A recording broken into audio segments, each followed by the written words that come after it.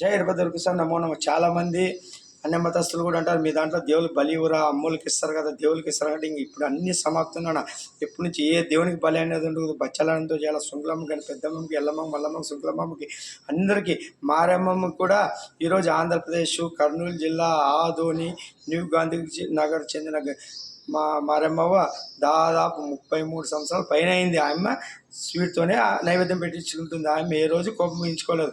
ఈరోజు అమావాస్య కూడా అన్నదానం చేయించుకుంటుంది. ఆమె అంత శక్తి పొందింది. ఈరోజు గుడి, చిన్న గుడిలో, ఒక గిరిజనవాడలో, ఒక ఎస్సీ వర్గంలో చెందిన ఏరియాలోన అంత అద్భుతంగా చెంది ఈరోజు అన్నదానం జరిపించుకుంటుంది. అమ్మ శాకారంతోనే దేవుళ్ళు వెలుగుతారు, తేజస్సు ఉంటుంది. ఈరోజు అదే క్రాంతినగర్ చెందిన మారమ్మ ఏటతో పెడుతున్నారు. అక్కడ ఏ పనులు కావడం లేదు, ఏరియా అంతా రావు ఉంటుంది. ఇవన్నీ మనం తెలుసుకోవాలా. ఎక్కడ వేసిన వాళ్ళు అక్కడ ఉండరు. అందుకే దేవునికి ఫస్ట్ బచ్చాలనంత పెడితేనే మనకు పనులు అవుతాయి. ఒక జీవన సంపి పెడితే కర్మ వస్తుందా, అన్నదానం కూడా ఎక్కుదు. పప్పనంతో పెడితేనే పుణ్యము, దేవుళ్ళు వచ్చి ఆశీర్వదిస్తారు మనకి. జై వీరభద్ర సార్.